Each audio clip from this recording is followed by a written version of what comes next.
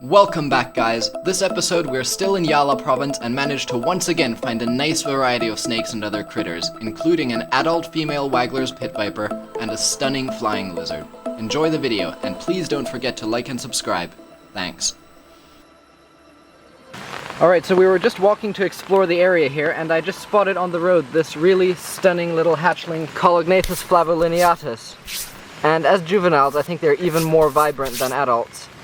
Have a look at the beautiful, bright yellow color on this thing. And he is defensive. Hello there, little guy. What a cute little snake. Never found a juvenile before. Me neither. No, that's really cool. That is really nice. So dark though. That's what I'm most surprised. Yeah, they're super contrasty at that. Well, it's raining, so I'm going to resume this filming session in a moment when it stops. Alright, so here we have a lifer for me, which I'm very happy about, and he's already being quite defensive. This is Caliophis intestinalis, the striped coral snake. A small, semi-fossorial venomous elapid, which feeds primarily on blind snakes, and a species I've always wanted to see but haven't found yet. So, this is very nice. I don't think I'm going to be able to handle him, like, freely, because they are very bitey. Right now he's just being defensive, and what they'll do is they'll flatten their body and do these little weird flips, like cartwheels almost, exposing their really beautiful venter, which you can see there. Oh yeah, good shot. Although they are an elapid and, of course, front-fang venomous, they're actually not very toxic, so probably I wouldn't even require medical attention from a bite from one of these. But still, I'd rather not find out. But yeah, there you can see that beautiful venter. And yeah, very nice little species. And this species also looks distinctly different depending on where you find it. If you get these in the high elevation areas, they're almost black with an orange stripe, but here in these low elevations they're gray with those little darker stripes along the sides.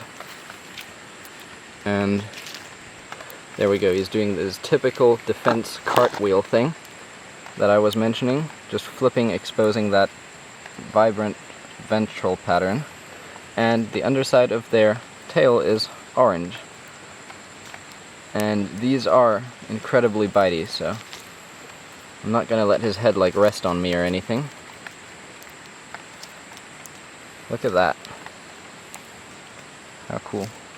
They are quite derpy and floppy, so unless I actually let its head crawl directly on me, they can be quite easily handled. But if his head touches me, I'm almost certain that he would actually bite, so we're not gonna do that. Yeah, I'm gonna grab some photos and we'll be on our way because the guys are all already waiting for us. Cool. Alright, we just spotted a vine snake of some sort up in this tree. Rupert's about to grab it down. Go ahead. For a moment we thought it might be a Hatula fusculata, the least common of the vine snakes. It is fast. Yeah, it is. Is it? It's just the white moth. I can make out the patterning on the side. Bring that boss over here. Wait. Look at that. That is a very Persina looking fask. Yeah, but look at, you can see the speckling on the head. It has the squared off snout. Yeah. And you can see it's got like the black bars on the side. The banding is very Persina like though. No, it's not got the digital pattern on the neck. It's kind of. I mean, if you look it's not like most fask As soon as it expanded, I knew it was fast, so I could tell it wasn't Persina's like banding, but still nice to see this species in an area where they're very, very not common at all. In like Trang and stuff, they're kind of common, but down here, not at all. Interesting. Very nice. And like the white adult morph, which is very, very interesting. We'll release this one, and I am going to change the batteries in my camera. We have put it back on the tree. Rupert's just going to snap a couple of photos, and we'll be on our way. Alright, next snake of the night is this little juvenile Boiga bankuluensis, and this is actually probably the smallest one I've seen, I think. Just looking back at me there. Very nice patterning on this one. I'll just show you guys how small he is by putting my hand here. And he's off. I don't think there's any need to catch this one. We've found many of these and filmed many of these before, so I'm just gonna let him cruise off. Alright, so check this out. I spotted this little juvenile Wagler's Pit Viper sat right on the leaf there. And while we were looking at that, Rupert came over and spotted another one just sitting a few meters above, up in the tree, a larger one, just in ambush there. Another species we've seen in quite abundance lately. So for now I'm going to conserve my battery life. These snakes don't move a lot, so we're going to continue down the trail, and they will almost certainly still be there when we're on the way back, and perhaps I'll film a bit with them then. Very nice though, two Wagleri right next to each other. So I just went off on my own along a little stream, and sure enough, I found another snake. And this is another juvenile Bengkulu cat snake, Boiga benkuluensis, with quite vastly different patterning than the last one we just saw a few minutes ago. Very neat little guy. Seems to be like one of the most common species of Boiga that you get in this forest. But always a joy to see. And I just leave him right there. Oh, another snake. And at first glance I thought this would be another juvenile Boiga benkuluensis, just because I saw some banding on the tail there. But actually, it is probably the prettiest Apopeltra boa that I've ever found. Really intense patterning on this one for the species, and towards the tail, you can see it almost gets banded. I think I am actually going to grab this one down for a closer look. Gotcha! Oh yeah, this one is real pretty. Oh, and he's doing his curly defense thing. But yeah, look at those nice greens and patterns on the side of him. This has got to be the prettiest Apopeltra I think I've ever seen. I mean, that thing is really, really sweet. I might actually whip out the camera for some better, proper photography with this one. I just got like the nicest Apopeltra I've ever seen. It's like green. Look at the nice color on this one, and the pattern. Oh yeah, that one's beautiful. Green wouldn't be my description of the color though. I mean, turn it over. That's greenish. Olive. Yeah. There's a little bit of olive on the sides, okay. Yeah, well. Alright guys, we just got a ginormous dog-toothed cat snake, Boiga cynodon. Unfortunately, he's really high up a tree, but I saw his head for a moment before I turned on the video, and he's got like this bright yellow neck. I'm gonna try if I can get in there somehow, but my hopes of catching him aren't high, just because there's a massive like downfall here. And oh, he's fast. He's already a lot further than I thought. But wait, I'm also getting stung by some bossery. Anyway, I'm gonna go in there and try to look. Yep, I see him.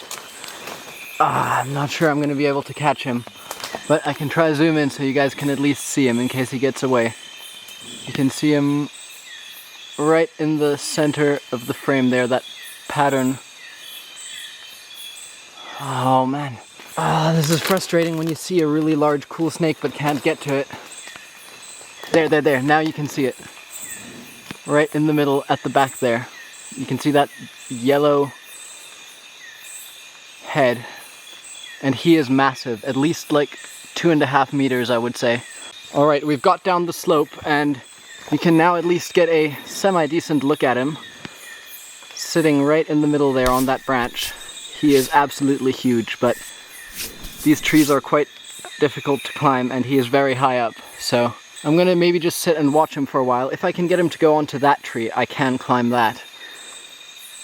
Alright, so Moon just spotted a medium size, oh wait, he's actually a bit bigger than I thought. Tyus fusca sitting in this tree here. the white-bellied rat snake. And he's definitely at... I'm pretty sure I'll be able to get him down, so I'm going to hand the camera off to Moon for a second. Alright, so I've built a somewhat flimsy stick, and I'm going to see if I can grab him. First I thought he was so small, but he's actually very decent size. Oh, that was fast.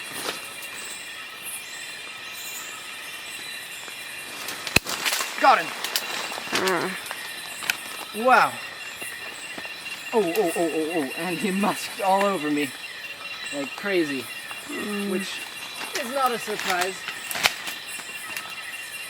But have a look at this. Thais fusca, possibly, well, the second longest rat snake species. But these are much more slender than most of the other rat snakes in comparison to their length. And what's unique about these, I think I've mentioned before, is that these literally never bite. Whereas all of the other large rat snakes are known for being quite defensive, whereas these will just try to run away and do whatever they can and they'll musk, but they won't bite, which is a very handy feature for a snake of this size. This is very nice though. He's got some kind of large scars on the body there if you zoom in. Oh wow. Have a look at that. This is definitely a bite from something. Because if you look on this side of the body, there are two distinct marks, and down here there are two distinct marks, so something would have just bit him right there. My guess would be that this is from a monitor lizard, but of course there's no way to know for sure. But definitely a very nice snake and good spot by Moon. I walked straight past it. I think I am gonna try to hold on to this for the other guys, which are already up ahead, but the problem is I don't have a snake bag, so... Alright, so we've had a quick think, and there's no way I'll be able to hold on to this because we just don't have any snake bags on us. And my backpack is too small, so I'm just gonna go ahead and stick him right back in the tree, but step back a bit so you can see the length compared to me. He could easily reach the floor now, and he is still a lot over my head, and even the tail is still up in the air, so I would guess he is probably over, I don't know, 2.5, maybe even 3 meters. Anyway, gonna bring him back into the tree. There we go. And he will most likely jump onto the ground to make a quick escape, because that's what this species typically does. Oh, he's just chilling there. That was unexpected. Here, you guys can get another really good look at this bite mark. You can see clearly the jaws of something on this side, and then on this side, the other two jaw marks. I'm pretty sure this would have been a large monitor lizard that tried to eat him. Oh, and he's on the ground, as expected. And when they're on the ground, they are gone like a shot. Anyway, large monitors will readily prey on these guys because they will just eat literally anything. I was thinking whether or not it could have been a king cobra that grabbed him, although I think the venom would have ended up killing it, so probably not that. Alright, just a few moments after we got that big white-bellied rat snake, we got a... what is it?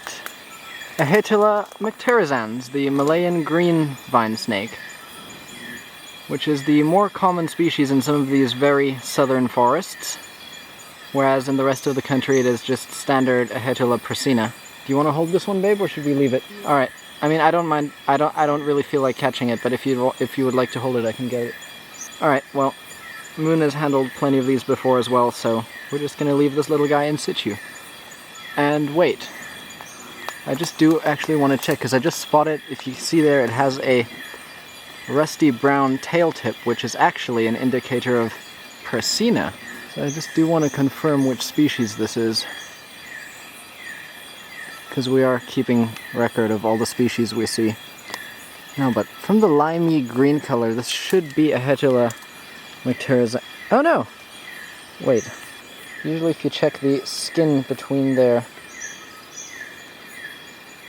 scales, prasina will have a totally different pattern. Yeah, this is actually prasina. I was wrong. So, correction. This is a Hatchling prasina. Interesting. At first that really looked like mycterizans to me. But at certain sizes they do sometimes look similar. But what gave it away was that orange rusty brown tail, which mycterizans normally doesn't have. Alright, have a look at this, guys. I've seen a few already on this trip, but they were all in places that were very inaccessible for me to film. But here on the tree we have a lovely large violin beetle, I'm pretty sure. And I'll put my hand next to him so you can see just how big this guy is. Oh wow, I've never actually touched one before. He has a very hard shell. What a unique looking beetle, and you can see his eyes just at the base of that elongated head there. Oh wait, no, my bad. The eyes are right at the top of the long part. I'm not a bug guy, so don't judge my lack of knowledge.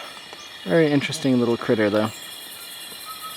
These always tend to sit on like dead fallen logs, I've noticed. Alright guys, my heart literally just skipped a beat when I saw that.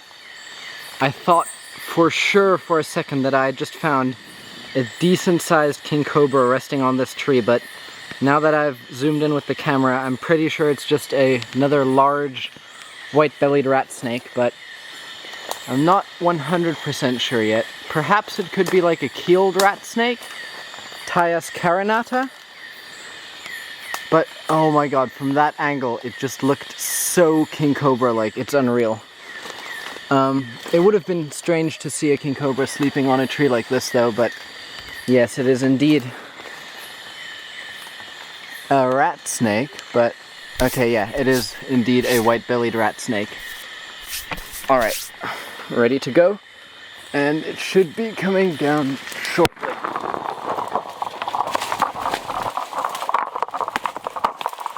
Got him! Whew, he is big!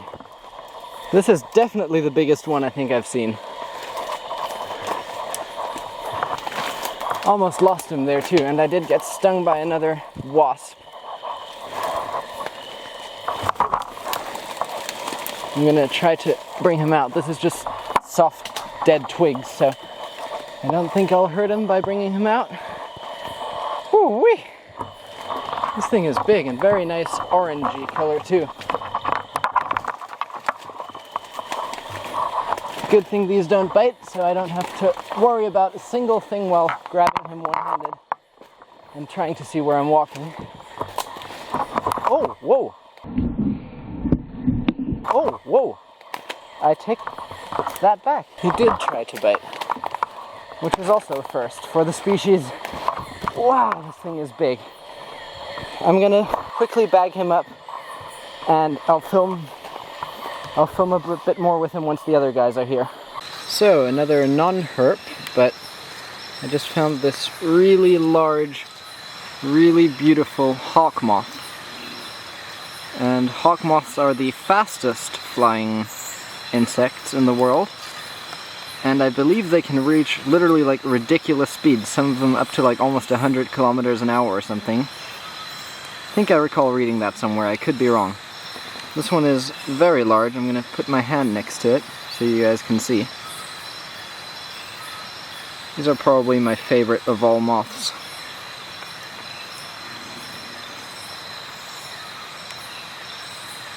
Really beautiful.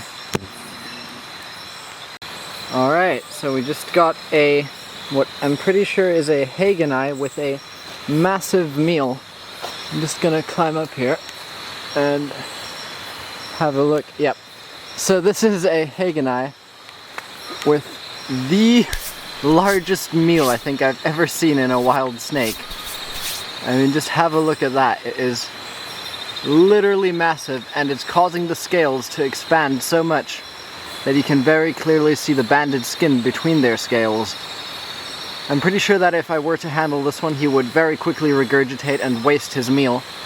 So I'm not going to do that, but I'm just going to put my finger there to show you guys just how thick this guy is.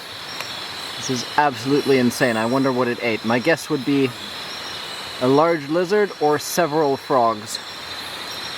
I'm just going to try to give you guys the best look possible. I am in a very uncomfortable position to stand.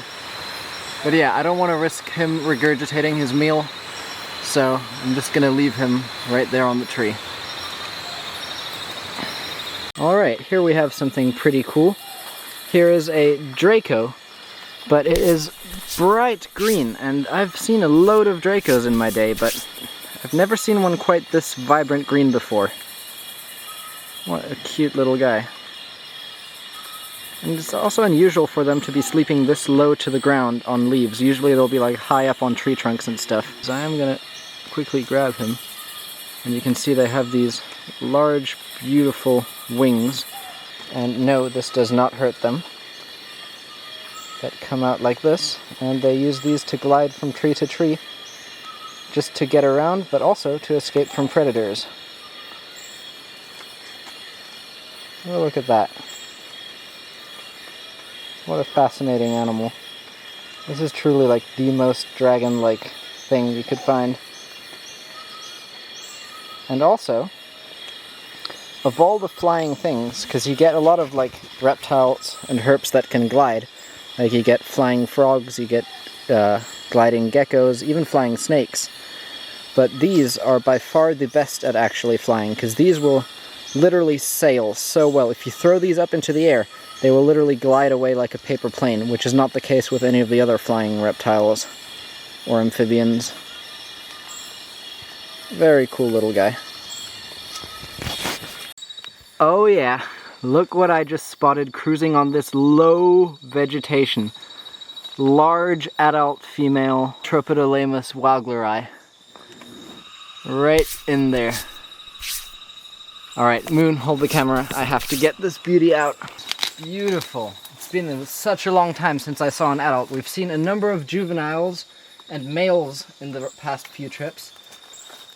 And this might just be one of the most beautiful ones I've seen, because look how intense the black is, and she looks quite defensive, which is uncommon for the species.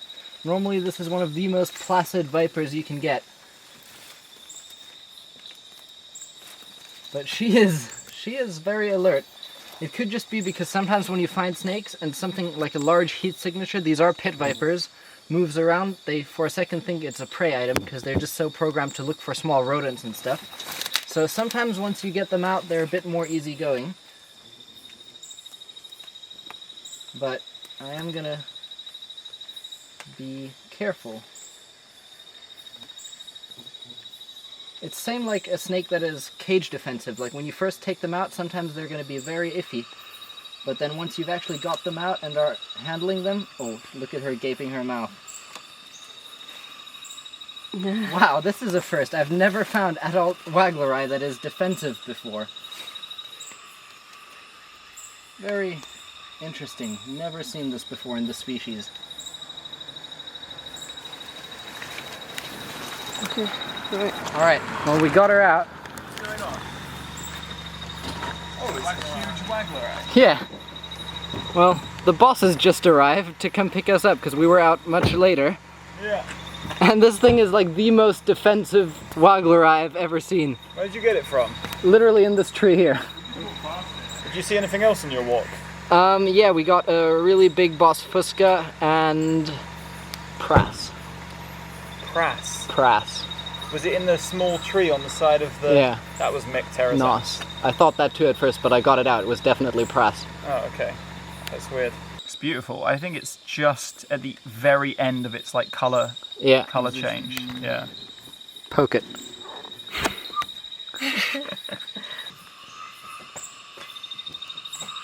Alright, so we've taken a few photos and it seems to have calmed down a little bit. It's still sketchy as far as the species goes.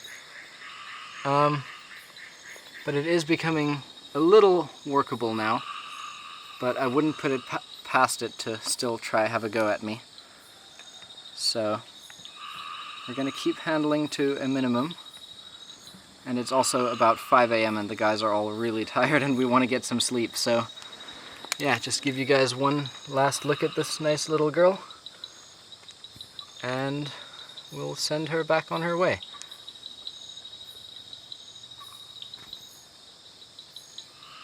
What a lovely viper.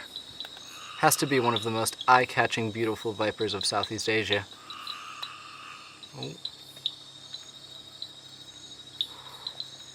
Yeah, well, she is going back. Quite unusual to find them in this ferny, low vegetation as well. Large females like this will usually stay in taller trees that can support their weight better, but this is right where we found her.